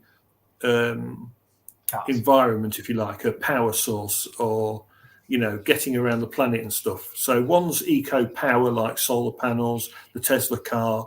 The other one is definitely, SpaceX, and that's where his drive is. But if you saw, they released what they're going to do for a walking, autonomous, if you like, humanoid. So a guy dressed in a suit. But if you think, let's say 2 years from now, because Elon's time frame is always wrong. Anyway. 5 years. Yeah. They'll have a pig in a suit because they've got the neural implant. I'm nice at the moment. I've got $100 bet running on the first production of a Tesla Cybertruck by the end of 2022. I think I'm starting to get nervous. I'm thinking it'll be 2023. So yeah. Oh no, I reckon 2022. I reckon it'll start appearing, because the batteries, they're sorting out the battery yield. So the 4680, whatever it is, 50, the battery, they're bringing the yield up on that now. So they were suffering with the battery yield, but that's on the ramp up. So they still need to work on the Windows. No, and that's why he wants to go to Mars, because he needs the lithium from Mars, because there won't be enough lithium on Earth to all the gadgets. Lithium is not a problem. There's abundant lithium. The world's full of it. Seas are full of it. Yeah, lithium's full of. It's everywhere. Lithium's common as muck. I've got bottles of it here for my medication. Dig deep, like it's. I just love the anti-Tesla stuff out there where they show things that are like these big open cut mines that You know, there's more carbon being used in making a Tesla battery than a petrol car uses. I'm sorry, but there's a lot of hate for Tesla that's just silly. What's really absurd is not just Tesla though. The whole. He gets the bulk of it, but but he is a bit scientifically illiterate in some areas. I got to admit, some of the stuff he proposes, like the Hyperloop, I mean, just the thermal coefficient of expansion kills that concept completely. And he never delivers quite on his promises, apart from SpaceX, which is doing really well. But the Hyperloop was going to be a thing years ago already. And then I had to cringe when he said, "I've developed this new transportation system. It's called the Hyperloop, and I'm not going to patent it because I want it to be in the public domain." He can't patent it. It was first invented in the early 1900s. I mean, he is the consummate showman. He's the P.T. Barnum. He's the guy out there, and he takes all these old ideas and wraps them up as new electric cars when we're popular before petrol. Huh? There's one difference. He is a showman. There's no doubt about that. Oh, yeah. But he actually does eventually deliver on 90% of his promises, which is far and beyond above any other billionaire. So, really? you know. Oh, come on. Also, you're forgetting Bezos. Now he is the specialist Bezos, on delivering lawsuits. Lawsuits. Yeah. Bezos he's not. Yeah. Sorry. So what's really interesting kind of thing is Elon Musk gets a lot of hate in America. Tesla gets a lot of grief. Tesla is first most an American car company. And it is the most profitable American car company. And it's the only one that's never gone bust or into liquidation yet. Yeah. Tesla is pushing technology like no one else in the self-driving arena. But the American government, the American people, if they don't understand that if they keep firing legislation at him, all they're doing is more harm to their own country and the West. We've had this conversation before. There's one over in China. If he's not allowed to call it made in USA anyway, because it's got a couple of Chinese parts in it, he may as well just make it in China, make it in Europe. People who love Tesla will still buy them. They won't care that they're not American because they're not hoo-ha V8 petrol lovers. So it's not going to hurt him if he has to actually move the whole operation anywhere else. He's welcome to move to Australia. The lithium's right here. He can mine it. Yeah, it is. You've got masses of it. Yeah. Did you see have you ever seen, I think it's, Philip, you've seen I think it's Victoria or one of your states has a real weird thing against electric cars, don't they? I have a real weird thing. That's ironically, that is our left-wing Labor government, Victorian state, who has just introduced a 2.5 cent per kilometre levy on electric vehicles, and shock horror to us because we have a hybrid Corolla, a 2 cent per kilometre levy on a Corolla. That's actually going to mean that we're paying more on the Corolla for the efficiency that we've saved in fuel than if we had our V8 Commodore. But isn't that road tax to cover the roads? In New Zealand, if you run a diesel vehicle, they don't put road tax on the fuel. You pay a per kilometre charge, and they're going to do the same with electric vehicles. When they reach 5% of our vehicle fleet, we pay a levy on fuel to cover the roads. Now they collect $16 billion in Victoria a year for the road levy. They spend $8 billion a year on the road. So the road could easily do with about $50 billion to fill up all the potholes, but they do not spend that on the road. So their argument of saying that electric cars are digging into the budget of the road levy, that's actually wrong. I'm not anti-user pays. I do think that the 2 cent per kilometre, 2.5 cent per kilometre is probably an actual fair tax if it goes to the roads. What I'm disappointed in is it was our left-wing government that did it. They're meant to be the ones that are more environmentally conscious and more woke, heaven forbid, and they are the ones that brought in this tax. Now, if the left wing are anti-electric, then But it's okay because I see in Melbourne, is it year after next, your flying taxis are starting, so you'll be fine. You apparently won't use the road at all. That's rubbish. You can't say that. It's in the paper. Shouldn't they have flying trams? They should have flying trams. It's Melbourne. I didn't notice. Have they actually mentioned which particular aircraft is the one that's going to fly. Because I did notice the plane, but they haven't actually mentioned which one. But it could be because one of my friends actually works at a flying taxi company in Melbourne that are operational already. You can go out to actually, except it's locked down, so you can't. But when it's not locked down, you can go to the Crown Casino and get directly taken to wherever you want via this urban autonomous vehicle. It's red. It's called an EC135. It's a very, very good. I was going to say, I know that I've had a couple of sweet sherries with a few dear friends in that Crown Casino. So I know I couldn't imagine for a second there'd be any RPAs running along the river there. The Yara, isn't it? I seem to recall. That's the one. Yeah, gosh, it's almost like you've got some sort of communication ribbon that you could have an autonomous boat driving up and down right in the heart of the city. Believe it or not, we're working on an autonomous boat at the moment. Segue into our new autopilot. Yeah, very good. Autonomous boat autopilot or autonomous rover autopilot. We've discovered that there is an organisation that's actually got more regulation than CASA. Yeah, I thought putting a boat on the water would be easier, but apparently it's not. So I won't say much more. I'm trying to back up to them at the moment. Just a quick shout out to Fiona. It should just work in the browser. There's nothing. It doesn't work on Safari, so. Oh, doesn't it work on Safari? Oh, okay. Maybe you have to be in Chrome then. There's your Apple text work. There's your Apple text. Tell me why I want to buy that boat autopilot or rover autopilot rather than just use a cube. Because funny enough, I've got two projects. Come on, it's bigger. It's bigger. Oh, well, there we are. Of course, yes. It just basically gives you a nice waterproof Deutsch container and some relays and a few basic functions to make things work a little bit better in a boat. So yeah, Okay. We're actually not sure if we're releasing this yet. We're doing some demo projects at the moment, and once those projects going, we'll show them off. But that's young Duran down here is he's also building a boat from Alti. Yes. Now I noticed there was a incorrect thing on LinkedIn about his company. His company has not been sold out. No. He had someone invest in the company, but it has been published that he sold it and blah blah blah blah blah. That's not actually correct. Who said that? It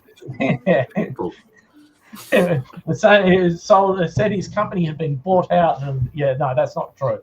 He has an investor come in, and he's partnering up. So no, that's really good news for him, and congratulations to Alti and Grant. Yeah.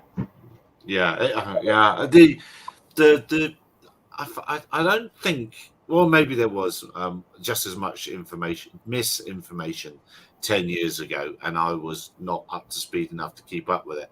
But it feels like there's a lot more bull in the industry now than there was 10 years ago. One of the problems is because information spreads so quickly now that when you go to check a story, like normally you'll look up keywords from that story, and all you'll find is all the reposts of that story. Trying to find the actual facts behind it is very difficult. Channel 9 got in trouble in Australia just yesterday.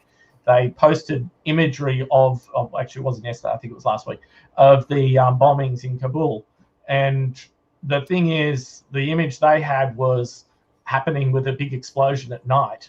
And it was just a bit of footage from some other, I think it was an Israeli strike from a couple of weeks ago. And, they post what they're told is correct information, and no one checks it. And that seems to have just gone by the wayside, which is sad. G'day, Fiona.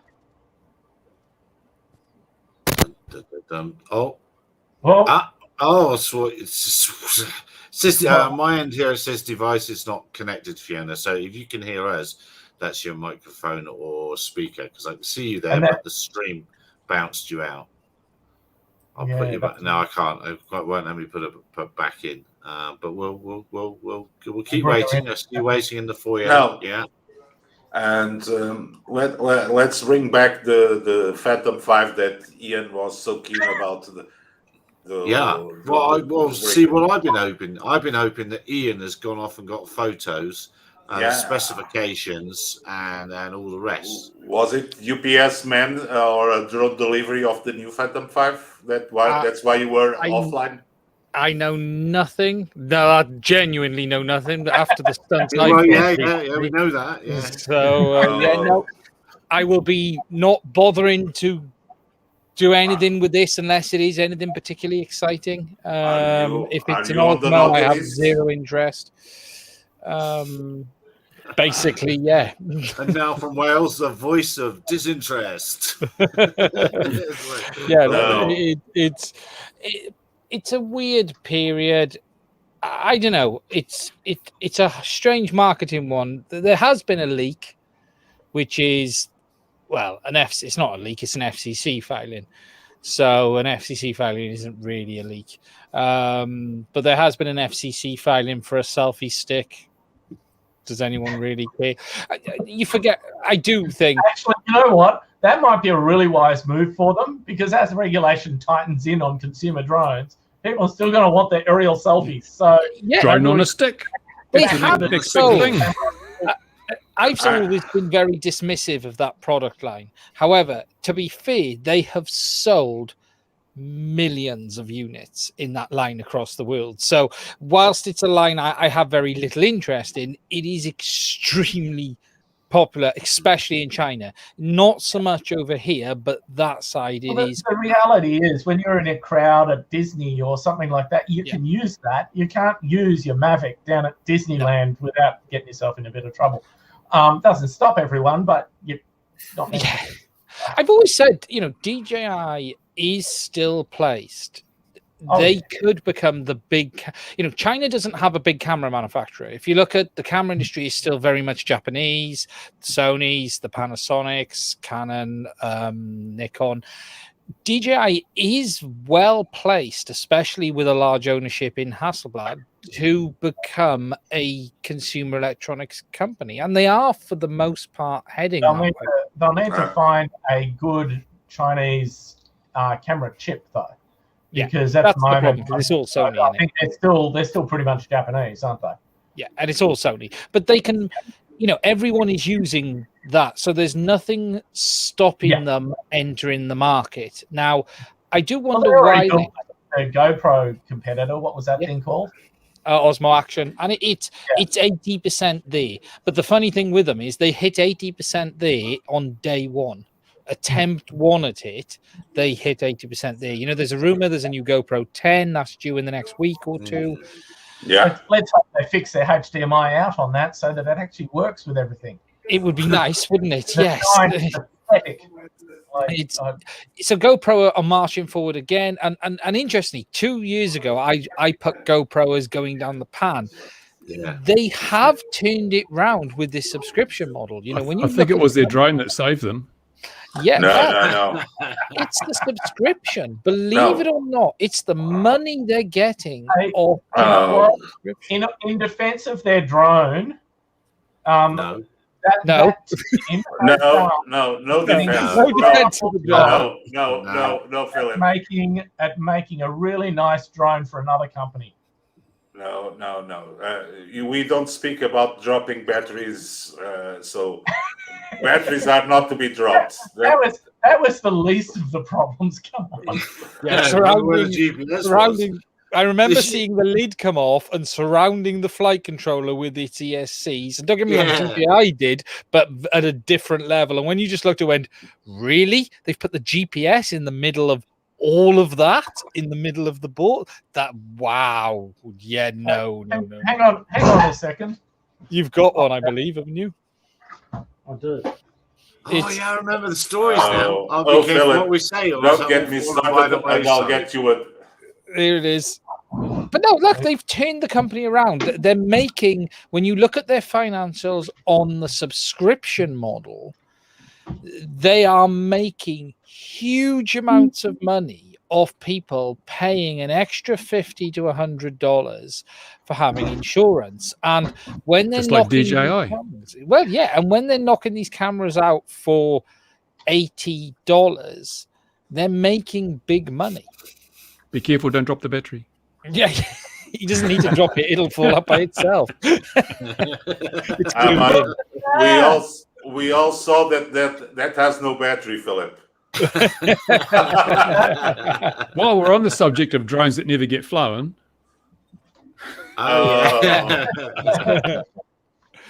It's so we're gonna have to see. GoPro got this new camera. DJI will have something. No, there's a very real possibility you'll see 4 or 5 releases from DJI between now and Christmas, because they've been doing something for 2 years. They haven't been sitting. The Mavic 77. Mavic 77. That's right. Well, Fiona in our private comments is because she doesn't want to talk to anyone else now. Is saying that wish it wasn't just another Osmo, and then your Hasselblad comment, don't let the Mavic Hasselblad lovers hear you say that. We were talking about cameras earlier. So, yeah, I mean... Okay, so Fiona's technically in the call, but just unable to join with video. Is that right? No audio. It won't, oh, no, hang on a minute. It will let me add it to the thing now. Right. Hello, Fiona. Hello. Is that... Yeah, hi. Oh, can you hear me? We can. Oh, it's a miracle. Sorry, I didn't mean to interrupt you. No. I'm really glad. I'm loving the authentic bird noise. What's that? The audio is very overmodulated. Yeah, not sure. Welcome to Geelong School of the Air. Hello, Geelong School of the Air. How's it, Fiona? Welcome. Thank you. Yes, keep going. I didn't mean to interrupt you. Maybe just if you feel free to join in, and then just tap mute when you're not talking, because it is pretty special, your audio. Yeah, there's a lot of background noise on yours for some reason. That's it. Cool. Well, I love that. That's cool. That's like HF radio days. That was CQDS 163 Delta Tango 220 calling. Geelong School of the Air. Come in, Geelong. We're going to do maths now. Is this the first time on this call we've actually had 2 people in the same city on the call at the same time? You're in Geelong at the moment, aren't you, Fiona? Where are you? All right, you're muted still. No, I'm in Townsville. I'm in the tropics. Oh, Townsville. Oh, you're somewhere out in Townsville. Yes.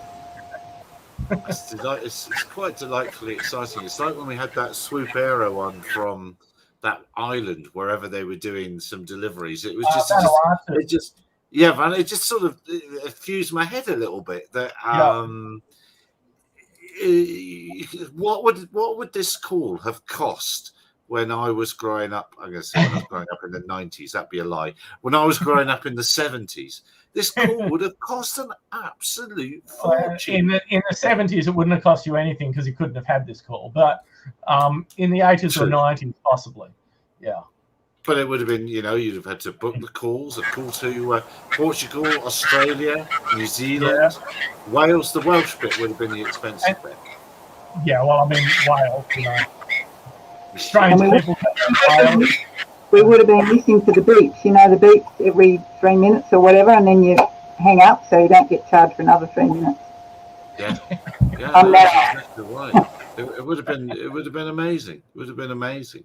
So maybe Philip, do you want to tell us what Fiona does so it's not quite as noisy? Sorry, Fiona. Fiona does drone training and various other things. It's probably easier if Fiona tells us what she does than me. Oh, okay, go on then. Yeah, you're going to have to suffer from the noise now. You put him on the spot, poor thing. No, I just run drone workshops, but I don't do license training. It's just like the gap between people who know nothing and getting a license. Spending a week and a few $1,000. So, and I travel. I go around. I've been to all states except Victoria and WA over the last 18 months. Yeah, so I roam around a bit. You've come to the right places if it's for people who know nothing. So what's generally who are the people you training then? A lot of them regional, particularly. So I'm going to really remote areas, especially. where was I last week? Marie, for example, which probably won't mean anything to you. It's about 200. The outback. Yeah. Look, a lot of the places I go, it's at least 100 kilometres or more to the nearest mobile phone tower to give you some kind of a gauge. So the good thing out there, what are they going to do with their drones? Sorry, you go, Philip. I just said the good thing out there is DJI can't spy on you because there's no cell coverage anyway. The drone ID out there. Remote ID. But what are the people wanting to do with their systems then out in nowhere? Well, some are photography, but particularly in agriculture. So you're talking about livestock. So I do a lot of myth busting because people have viewed agriculture as a cash cow, and a lot have been sold drones for purposes they're not designed for, doing bore runs, for example, and there's a lot of other ag tech that does these jobs better. So half of the presentation is actually talking about other tech that'll do a better job than drones, such as electronic ear tags and portable weighing systems and water telemetry systems.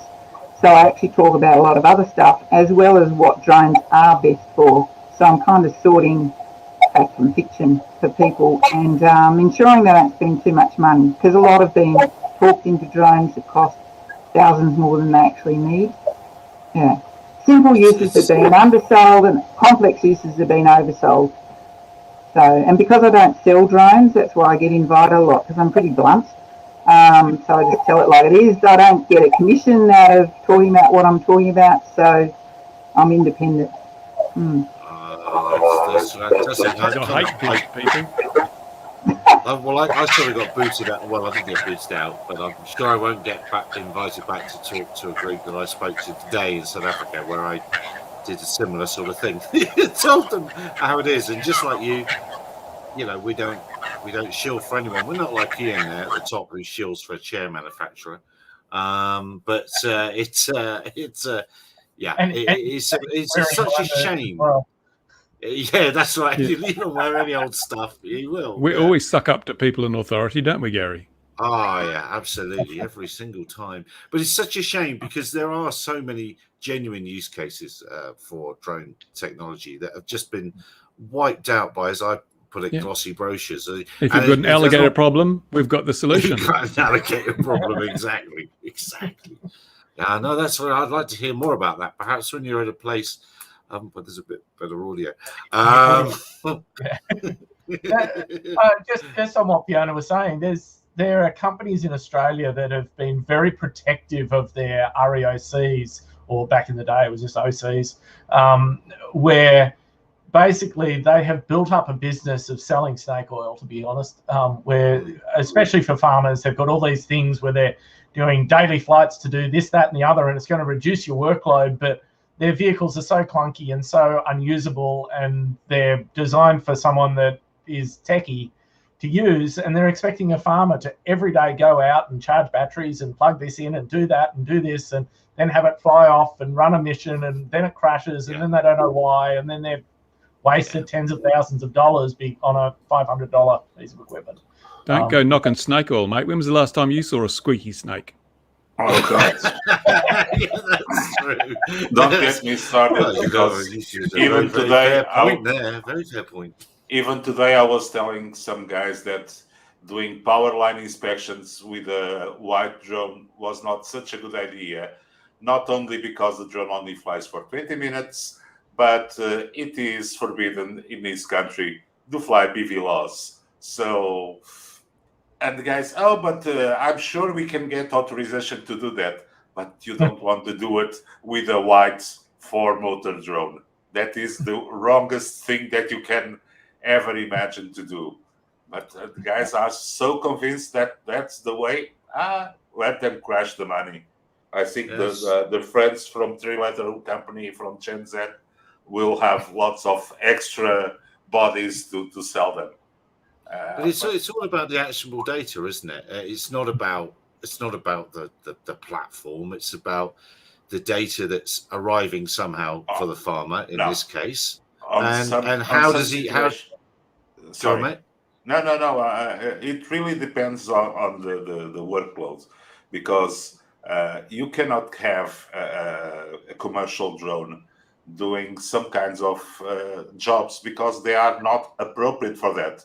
And the data that comes out of it is not engineering friendly.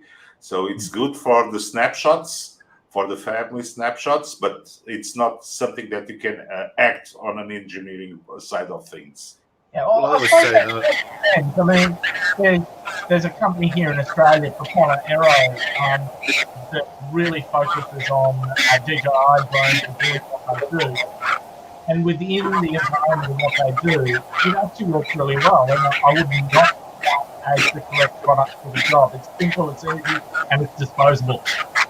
So within that environment, it's excellent. So there is even a place for a DJI Phantom to do a mapping job if that's the data you're looking for and the results that you're getting out of that are appropriate and it's easy to use, etc., etc. And so they've set up a whole basic way of managing dirt piles that really focuses on one task, and they do that really, really well. But they're also not trying to sell that to a farmer. They're selling that to a mining company that has a department that manages all of that and runs all of that, etc., etc. So it's about the right tool and the right application and the right customer, etc., etc. And there's no, you just don't grab a Phantom and say, here, you've got, 1,000 hectares or 1 million hectares or whatever, property up north. You can monitor your cattle with this thing. I mean, its full range is barely past the house, let alone the whole property. No, have you guys seen that Jeremy Clarkson on the farm trying to herd sheep with a drone? That's the best example. Come on, just a plain dog will do the trick. So don't go. We have a Kelpie for our sheep, and I've herded our sheep with the drone.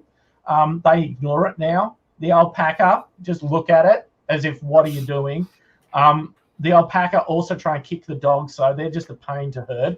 But the sheep, the dogs are better.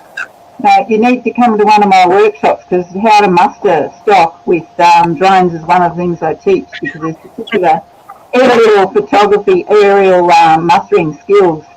And you've taught them bad habits, how to ignore the drone. Naughty.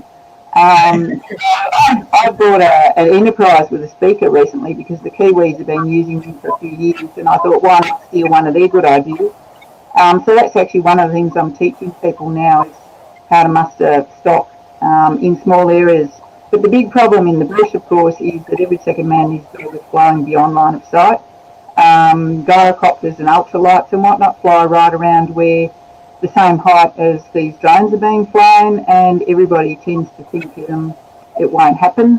One big aviation accident and the world will come crashing down. And it's probably inevitable unless CASA either changes the laws and the setup, or they start enforcing the laws, because at the moment it's rampant. Well, I didn't want to go on after you. I was just going to say, that's obviously a topic that comes up here on a regular basis, but the biggest problem with that topic is the general aviation industry isn't taking it seriously, and the parts of the drone industry that are taking it seriously without snake oil are being ignored. And then you've got all of these, companies that are milking that risk with their counter UAS stuff, which doesn't work anyway. There we go, another squeaky snake. And it is a very difficult thing, because I'm a pilot, I fly real aircraft, and I know what would happen if a bird hit the windscreen of a light aircraft. It would come clean through, and therefore the same would happen with a drone. So, we do acknowledge that there is a level of risk there. However, I think the education needs to be not focused just on the farmer doing the wrong thing with their drone. The focus needs to be on general aviation actually learning to live with the fact that there are threats out there. They shouldn't be flying super low and expecting the airspace to be clear, because you fly into a Pelican, you'll know all about it. I mean, they're about this big, they're a massive bird. It would destroy a Cessna. It would destroy a gyrocopter. It would destroy a Robinson 44. Whereas the actual collisions we've had with drones have put dents, et cetera, et cetera. So yes, they are a risk. No one is pretending they're not.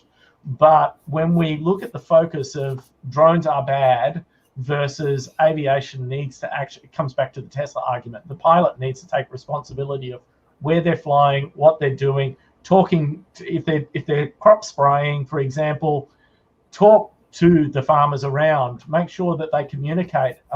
At the Outback Challenge, not the last one that was run, but the one before that, partway through the challenge, we actually had to stop the Outback Challenge because some crop duster decided that he was going to dust the field that we were running the Outback Challenge on. I mean, it had no, it had CASA there. And like all the management were there, blah blah blah. But you know, it was scheduled to be done sometime, so it was a nice day. He decided to do it. But he could have easily made contact with the owner of the field who had authorized the Outback Challenge to happen on that field. So you know, it needs to be a two-way conversation. That's the bit that I'm seeing missing at the moment. Like we include ADS-B in our drone, in our autopilots as a standard feature, but GA refused to fit ADS-B out on their aircraft, and it's such a small price to do. Now, okay, not every drone out there has ADS-B, so ADS-B doesn't guarantee to protect you from every drone. But when we put it out, DJI copied. That's right. Bruce has got a ADS-B detector there that people can own and just carry with them. You know, it's cheap as chips to get an ADS-B receiver and actually detect aircraft and know and try and avoid them, et cetera, et cetera. So the drone industry is trying to do the right thing, but we need GA to jump on board, and that includes the RAA guys. They think they're exempt from all of this sort of stuff. The hot air balloonists. You know, a drone goes through the top of a balloon, and you know, you get all sorts of problems. So, yeah, exactly, troublemaker over there. Yeah, well, gliders and ultralights and guys, which they're not supposed to muster with, but people are. But a set of 12-inch crescent fencing pliers can bring down an R-22 helicopter, and they weigh less than a Mavic 2 Pro. So if the Mavic hits the props, you know, the blades on an R-22, it'll bring it down easily. And those pilots are usually flying just above sea height because mustering pilots hate heights. Very few, probably only about 1 in 30 or 40 actually don't like heights, and they're a bit scary because they'll fly up to 10,000 feet and something's not going to do that. So yeah, they are a risk to choppers particularly, and the smaller aircraft, the types of things that you do find just above sea height. Yeah. But let's not forget. I didn't use the in my chat today, but I did find the figures out for South Africa this year, just 2021. There's been 48 reportable incidents or accidents, but there's been 31 deaths in general aviation this year already in the GA community, and zero accidents or incidents reported in the droning world. So yeah, there's some risk, and those muster pilots, they're nut jobs anyway. We have them here as well. We have the same problem in New Zealand though. I looked at the civil aviation fatality incident reports, and the vast majority of fatalities in manned aviation in New Zealand, one of the key factors is unnecessary or unauthorized flying below 500 feet. Like, if you're going to walk around with a loaded gun in your pants, don't complain if someone kicks you in the crotch and you shoot your leg off. I mean, you've got to take, don't swim in shark-infested waters. You've got to take responsibility for your own level of risk. And if manned aviation want to fly down there, knowing that it's dangerous, knowing that there could be drones there, they can't come grizzling if they bang into one. And because that's where birds live too. And far more bird strikes occur than drone strikes, yet they're willing to take the risk. I might hit a bird if I fly this low, but if I got hit by a drone, all hell would break loose. But it's a lower risk. So why are you willing to take the high risk but not the low risk? You've got to take responsibility for your own actions when you're a manned aviator. Or at least acknowledge it. I mean, you know, you're flying in an area that there may be drones. Do what you can to protect yourself. Put ADS-B in for one, and communicate with your community, because we've got a helicopter that flies over here on a regular basis, And when I'm out flying, I have my aviation radio with me and I talk to him. I let him know I'm flying. Now, there's already heaps of separation because he doesn't fly ridiculously low. I'm fortunate. I've got massive power lines running over our property, so that protects us from aviation quite nicely. Acts as a very good fence. And I'm rarely flying higher than those power lines. So the risk of collision is pretty low. But I still communicate with them. And it is important that even if a farmer who's exempt from actually having an REPL or an REOC to actually fly their 25-kilo drone on their property, and keep that in mind, in Australia, 25 kilos, no license required for a farmer on their property. 25 kilos in a Robertson, not good. But they can go and get their radio operator certificate. And so even if they don't have a license, they can get a radio operator certificate, and they can let the 1 or 2 aircraft in their neighborhood know that they're doing something. So it is a two-way responsibility, absolutely. And getting GA and drones talking to each other, like I said on that bush pilots thing I was on the other day, the minute they figured out that I was anything to do with drones, I got told to F off. And instead of that, have that conversation. Like, I don't want our autopilot involved in the first bring down of a manned aircraft that causes an actual injury or fatality. I don't want our autopilot in that. So we do everything we can to avoid that. However, it's a two-way street. Hey, Philip, you've just disclosed the next version of the Herelink with a radio to speak with general aviation. Is that the new model? Yeah, could you imagine the certification of that one? But that opens up. That actually does open up all sorts of other chats of a modern digital sky. Let's have Hello. Who's being Skyped? It's not me because I always forget to use Skype. It's not me. Sorry, Gary. I'll just break in there. I've got to go because it's past midnight here. Stay safe, right, everyone. I'll speak to you all soon. Look after yourself. I've got to go because I've got a meeting with Craig Helder apparently. So, yeah. All right, that's a good time then. Sorry about that. Fiona, thank you very much for joining us. Please come back. We'll see you again soon, I hope. Take care wherever you are out there in the world, dear viewer. Look after yourselves. 2100 GMT next week. Be safe, wear a mask, wash your hands. All those are the good things. Cheerio for now. Thanks, everyone. Bye-bye. Thanks. See you.